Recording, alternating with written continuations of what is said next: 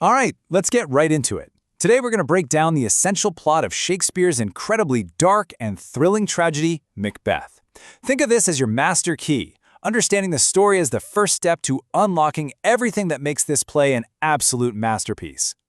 And really, the whole play hangs on this one giant question. How on earth does a celebrated, noble hero, a good guy, turn into a monster? That's the dark spiral we're going to follow, the complete and utter downfall of a once great man. Now, if you're studying this play, especially for your exams, knowing the plot inside and out is absolutely crucial. It's what helps you build a conceptualized approach. It's about moving past just knowing what happens to really digging into why it all matters. So where does this all begin? Well, the entire tragedy kicks off with a single, supernatural spark. It's the moment that lights a match to the deepest, darkest ambitions hiding in Macbeth's mind. So, picture this. Macbeth and his friend Banquo are on a gloomy, desolate heath, and out of nowhere, three witches show up and drop these absolute bombshell prophecies. They tell Macbeth he'll become Thane of Cawdor and then king. And for Banquo, they say his children will be kings. This right here is the domino that's about to knock everything else over.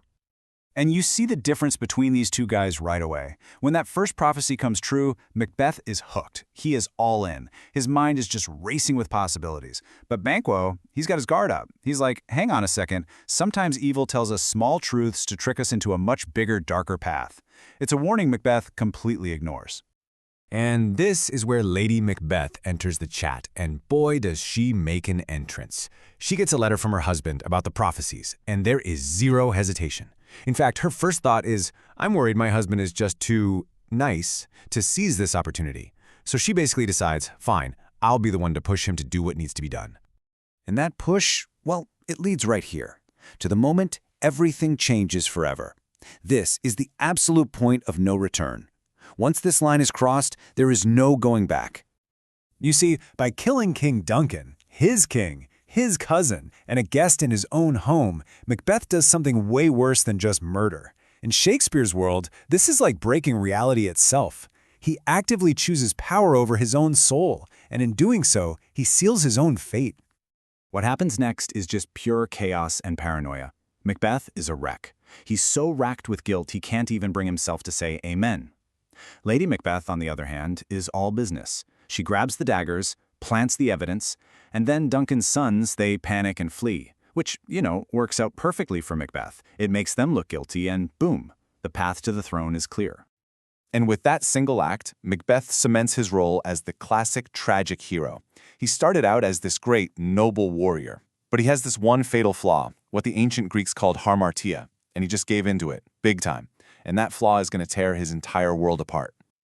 So you'd think getting the crown would be the end of it, right? Not even close. Now his ambition twists into something uglier, raw, desperate paranoia. He becomes obsessed with holding on to his power, and he'll do anything, no matter how bloody, to keep it. You can literally track his downward spiral through the bodies he leaves behind. First, it's Duncan, to get the crown. Then it's his best friend Banquo, to secure the crown because he's terrified of that prophecy. And finally, in an act of pure, senseless cruelty, he has Macduff's innocent family slaughtered. He's not a hero anymore. He's a full-blown tyrant.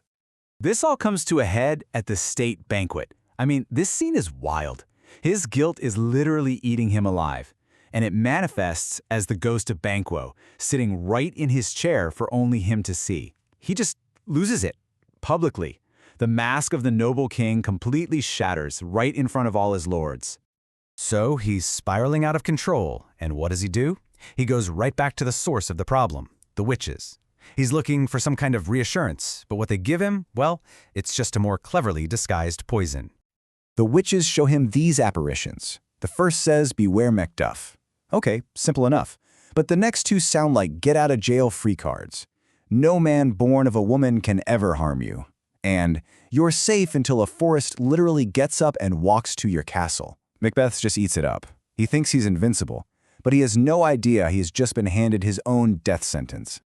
And here's the first brilliant twist. How does a forest move? It doesn't, but an army can. Malcolm's soldiers each cut down a branch to use as camouflage as they advance. So when Macbeth looks out from his castle walls, what does he see? the entire forest of Birnam Wood seemingly marching towards him. Chilling, right? But even then, Macbeth is still cocky. He's clinging to that last prophecy, his ace in the hole. No man born of woman can harm me. And then he comes face to face with Macduff, who drops the final, devastating bombshell. He wasn't born in the natural way. He was, as he says, from his mother's womb untimely ripped, a C-section. In that single moment, Macbeth knows he's done for. And it all comes back to this, doesn't it? That fatal flaw, that hamartia. Every single drop of blood spilled, every lie told, it all grew from that one seed, which Shakespeare himself calls Macbeth's vaulting ambition. It was the engine that drove him right off a cliff. And so this brings us to the end of the line. We're at the final act, where the bill for all of Macbeth's crimes finally comes due. It's time for the final showdown and for putting things back to right in a wounded Scotland. You know, the whole play follows that classic 5-act tragic structure almost perfectly. Act 1, the setup and the prophecies. Act 2, the rising action, the murder. Act 3, the climax, that insane banquet scene. Act 4, things start falling apart as his enemies close in. And finally, Act 5, the resolution. The tyrant dies and order is restored. So in that final, epic duel, it's Macbeth versus Macduff. The moment Macbeth hears the truth about Macduff's birth, all that false confidence just evaporates. He knows it's over, but he goes down fighting. And with that, Macduff ends his bloody reign of terror for good. With the tyrant dead, the world can finally heal. Duncan's son Malcolm, the rightful heir, takes his place on the throne. The chaos and the bloodshed that all started with one man's ambition are finally over. So I'll leave you with this, the ultimate question of the play. Was Macbeth just a puppet of fate, doomed by what the witches said, or did they just give him the excuse he needed to unleash the darkness that was already inside him? Was that monster always there, just waiting for a reason to come out? That's the real puzzle Shakespeare leaves us with.